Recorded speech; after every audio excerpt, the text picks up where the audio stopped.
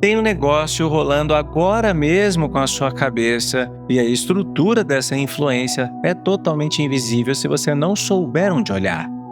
Não estou falando de filme de ficção ou daquelas teorias malucas que a gente vê por aí, mas de técnicas reais e documentadas que misturam neurociência pesada com a tecnologia que a gente usa todo dia. Existe uma ideia bem perturbadora que a gente precisa encarar de frente, tá? Que é o fato de que os experimentos de controle mental não acabaram nos anos 70, como o governo quis que a gente acreditasse. Eles só evoluíram para algo muito mais moderno, silencioso e que está em todo lugar, inclusive no celular que você está segurando agora. O Chase Hills, que já foi chefe da Marinha Americana e manja muito de comportamento humano, soltou o verbo sobre os SCOPs, que são operações de condicionamento social. A definição técnica parece inofensiva, né? Dizendo que é só um controle de percepção para moldar o comportamento. Mas, na prática, é um hackeamento completo da sua identidade. O que antes precisava de uma sala fechada e drogas pesadas, hoje acontece através de narrativas que entram na sua mente sem pedir licença. É como se tivessem reescrito o código de como a gente pensa e age, e a maioria das pessoas nem percebe que está seguindo um roteiro que não escreveu. O que realmente aconteceu? Para entender o tamanho do buraco, a gente precisa voltar lá em 1973, quando disseram que o famoso projeto MK Ultra tinha acabado oficialmente.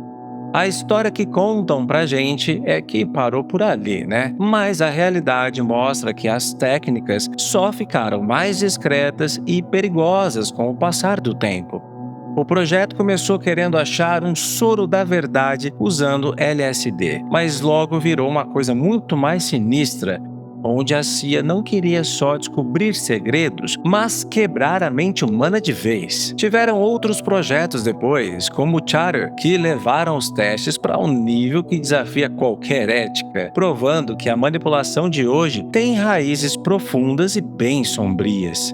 O caso mais bizarro dessa época foi o projeto Midnight Climax, onde agentes federais montaram bordéis de verdade em São Francisco para usar como laboratório. Eles levavam caras comuns para esses apartamentos, davam LSD para eles, sem ninguém saber, claro, e ficavam observando tudo por trás de espelhos falsos nas paredes. Eles anotavam cada reação, cada surto e cada momento de pânico para criar manuais de como desestabilizar a cabeça de alguém. Não era só sobre drogar pessoas, sabe? Mas sobre mapear como a mente reage quando a realidade muda do nada. E isso serviu de base para tudo que eles sabem hoje sobre controle.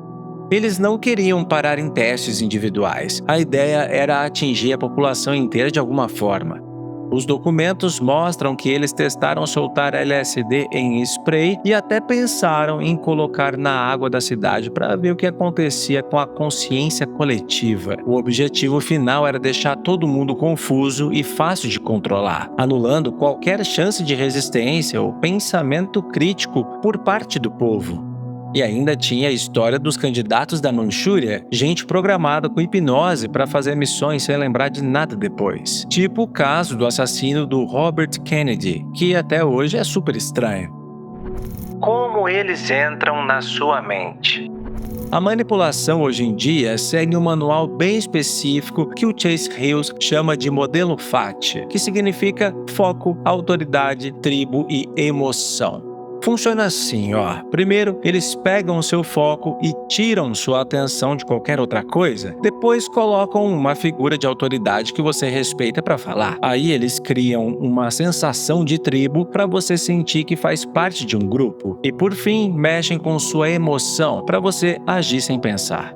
É um sistema que hackeia o seu comportamento porque pula a parte lógica do cérebro e vai direto no instinto. Isso funciona tão bem porque explora o hardware biológico que a gente tem em comum com qualquer outro mamífero. O nosso cérebro não foi feito para lidar com essa complexidade digital toda. Ele foi feito para sobreviver em grupo no meio do mato. A parte da sua cabeça que toma as decisões de verdade age muito antes do seu pensamento consciente. Então, você acha que escolheu fazer aquilo, mas na verdade já foi programado antes. É uma ilusão de controle muito bem feita, onde os operadores desses scopes inserem ideias na sua cabeça e você jura que elas são suas.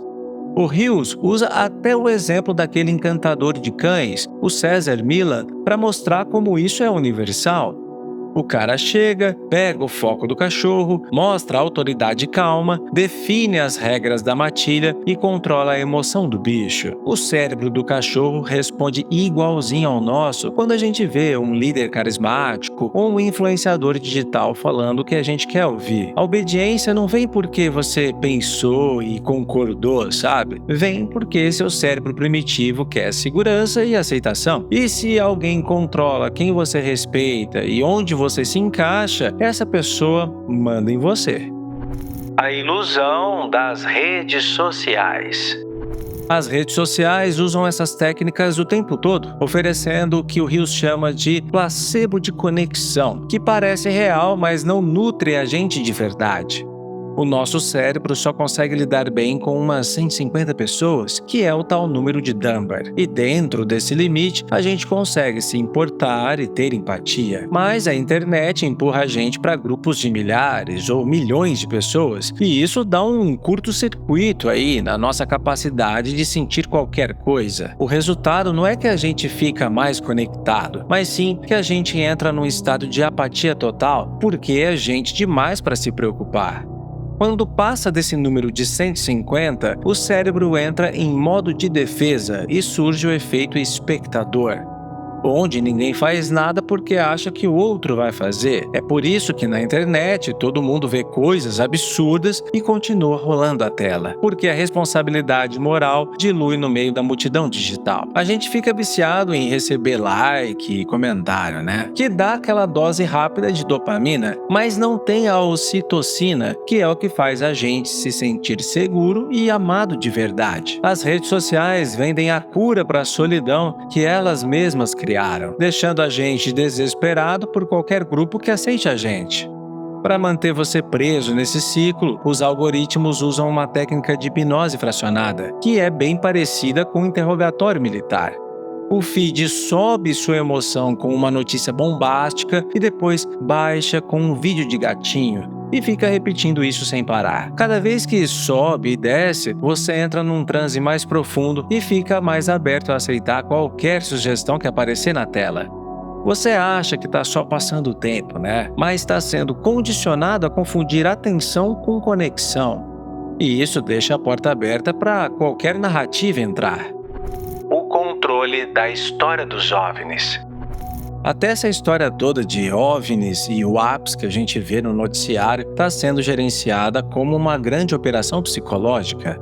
A percepção que o público tem sobre alienígenas não é aleatória. Ela é totalmente controlada com informações soltas a conta-gotas. O objetivo não parece ser contar a verdade logo de cara, mas manter o foco e as autoridades das fontes oficiais, garantindo que a gente fique engajado emocionalmente. Eles dosam a informação para criar uma dependência, onde a sociedade fica esperando a próxima migalha de verdade que o governo permitir soltar.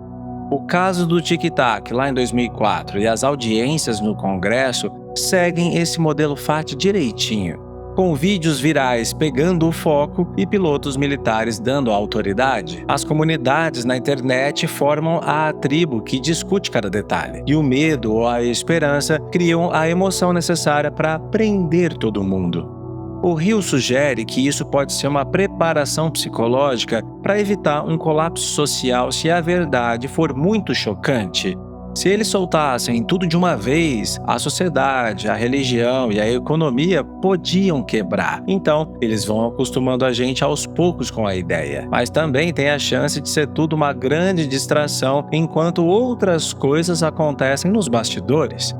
Manter o mundo inteiro olhando para o céu é um jeito ótimo de desviar a atenção de problemas aqui na Terra, tipo crise econômica ou perda de liberdade.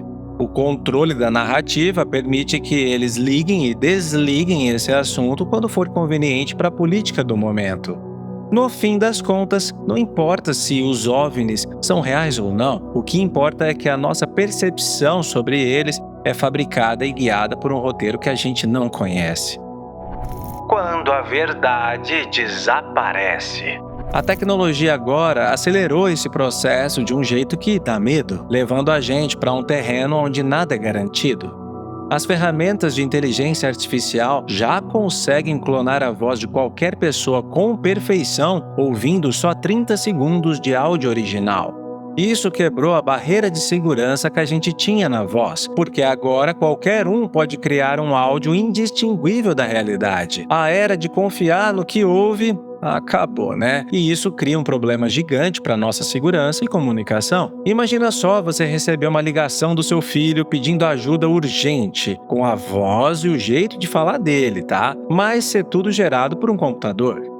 Ou então declarações de guerra e crimes de políticos que nunca aconteceram, mas que circulam como se fossem áudios vazados reais.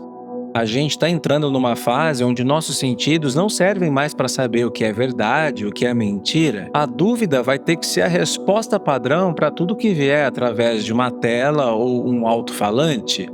E isso pode acabar forçando a gente a voltar para o básico, tá? Valorizando o contato presencial como a única fonte confiável de realidade.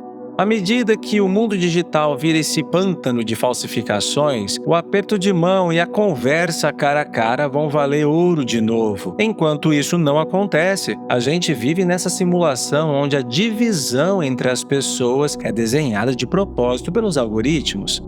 O Chase Hills até fala que a gente vive numa simulação perceptual, onde se eles controlam o que todo mundo pensa, eles controlam a própria realidade.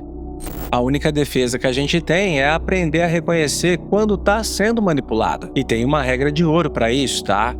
Se você perceber que uma opinião precisa ser silenciada para que outra possa existir, pode ter certeza que você está dentro de um scope. A censura e a pressão para todo mundo pensar igual não são ferramentas de debate, são mecanismos de controle para proteger uma narrativa fraca. O antídoto é criar um antivírus mental, sabe? Saindo um pouco dos algoritmos e buscando fontes diferentes e sempre se perguntando por que você está sentindo tanta raiva ou medo de repente, sabe? Bom, você acha que a intenção do MK Ultra ainda existe? Deixa sua opinião aqui nos comentários. E para me dar aquela força, já sabe, né? Deixa o like e dá um hype que ajuda esse vídeo a chegar para mais gente, tá bom? E para colar na nossa comunidade secreta no Discord, com conteúdos exclusivos, é só se tornar membro. E claro, eu quero te ver por aqui em um próximo vídeo. Então, até mais!